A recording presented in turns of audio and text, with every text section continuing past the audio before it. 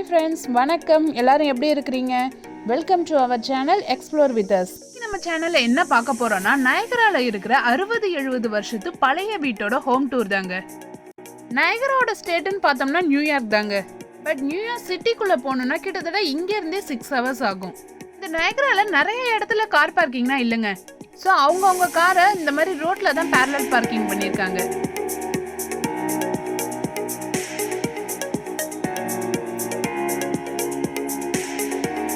நான் சொன்ன அந்த வீட்டுக்கு இப்போ வந்தாச்சுங்க. நாங்கள் யூஎஸ்ல இருக்கிற மிஷிகன்ற ஒரு ஸ்டேட்ல தாங்க இருக்கோம். இப்போ கிட்ஸ்க்கெல்லாம் சம்மர் ஹாலிடேவா இருக்கனால நயகரா ட்ரிப் பிளான் பண்ணி இங்கே 2 daysக்கு வீடு ரெண்டலுக்கு எடுத்துருக்கோங்க. இந்த வீட்டுக்குமே கார் பார்க்கிங் இல்லைங்க. ஸோ நம்ம காரை ரோட்ல தான் பேரலல் பார்க்கிங் பண்ணியிருக்கோம். இங்கே இருக்க வீடு எல்லாமே full and full wooden house தாங்க. இந்த ஏரியாவில் இருக்க எல்லா வீடுமே தனித்தனி வீடா, ரொம்ப பழைய வீடாக தான் இருக்கு.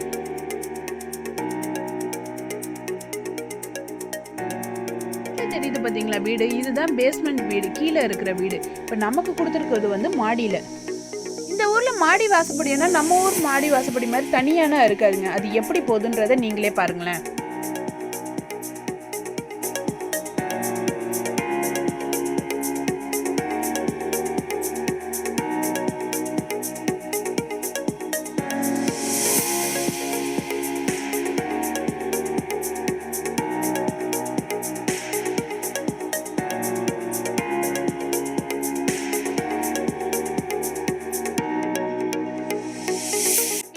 டூரிஸ்டுக்குன்னு இங்கன்னா நிறைய பேர் ரெண்டலுக்கு விடுறாங்க வீட்டு.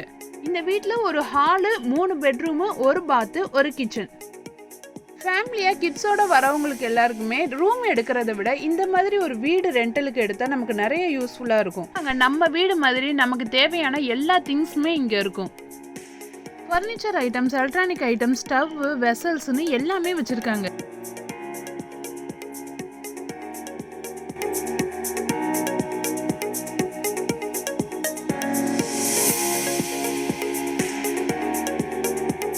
இருக்க எல்லா வீட்லயுமே ஸ்டவ் இந்த மாடல்ல தாங்க இருக்கும். இப்போ இந்த வீட்ல இருக்கிற ஸ்டவ் கேஸ் ஸ்டவ். இதே ஒரு சில வீட்லனா எலக்ட்ரிக் ஸ்டவ்வுமே இருக்கும். இந்த ஸ்டவ்வோடைய பெரிய அவனுமே அட்டாச் ஆயிருக்குங்க.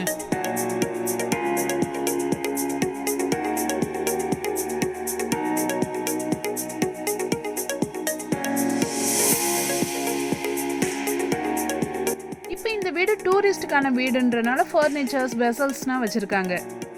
இதே ஜென்ரலா யூஎஸ்ல நம்ம ஒரு வீடு ரெண்டலுக்கு எடுத்தோம்னா இந்த ஃபர்னிச்சர் ஐட்டம்ஸ் தவிர பாக்கி எல்லா எலக்ட்ரானிக் ஐட்டமுமே வீட்டில் இருக்கும்.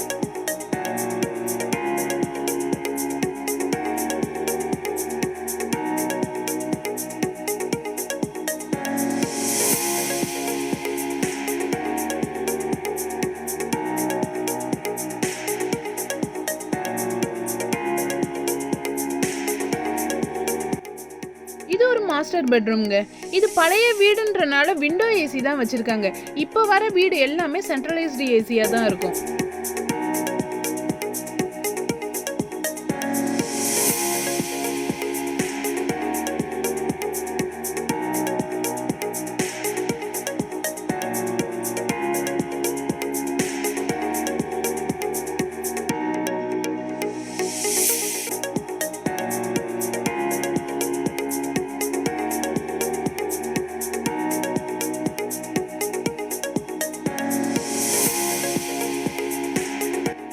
அதே மாதிரி இது இன்னொரு ஒரு மாஸ்டர் பெட்ரூம்.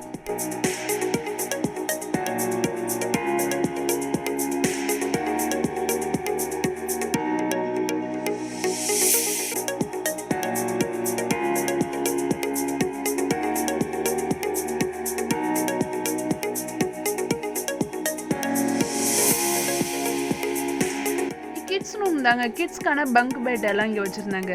நமக்கு எக்ஸ்ட்ரா பெட் வேணும்னாலும் இங்க ஒரு ஸ்பேர் வச்சிருந்தாங்க.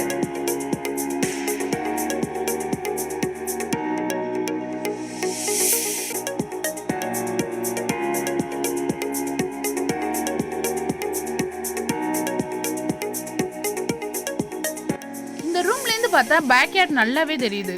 நீங்க ஒன்னு நோட்டீஸ் பண்ணீங்களா? எல்லா வீடுமே பக்கத்து பக்கத்துலயே இருக்கு. எந்த வீட்டுக்குமே காம்பவுண்ட் வாலே இல்ல பாருங்க. இங்க யூஎஸ்ல நிறைய வீட்ல காம்பவுண்ட் வாலே இருக்காதுங்க.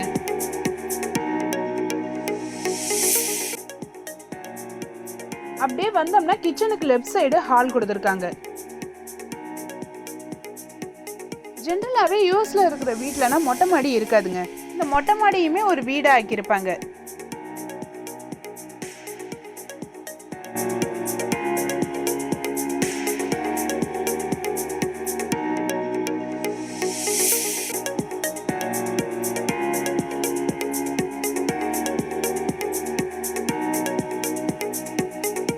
இந்த ஹாலோட சீலிங் பாத்தீங்களா, நம்ம ஊர்ல இருக்கிற மாதிரி ஃபிளாட்டானா இருக்காதுங்க. இதோ பாருங்க, அப்படியே சருகலா இருக்கு பாத்தீங்களா. நியூயார்க் சிட்டிக்குள்ள போனா மட்டும்தாங்க அபார்ட்மெண்ட்ஸ்னா பார்க்கலாம். அவுட்டர் சைட்னா போனீங்கன்னா மேக்சிமம் ஒரே ஒரு மாடி தாங்க இருக்கும்.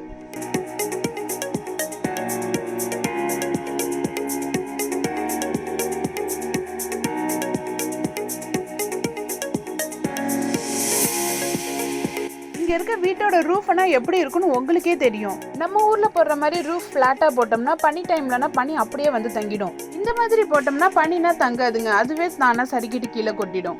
அதுக்காக தான் மெயினா இப்படி போடுறதே. இதோட ஹோம் டூர் முடியுது. யூஎஸ்ல இருக்க வீட்டை பத்தி நிறைய இன்ஃபர்மேஷன் தெரிஞ்சிருப்பீங்கன்னு நினைக்கிறேன். பிடிச்சிருந்தா லைக் பண்ணுங்க, ஷேர் பண்ணுங்க, சப்ஸ்கிரைப் பண்ணுங்க. நன்றி.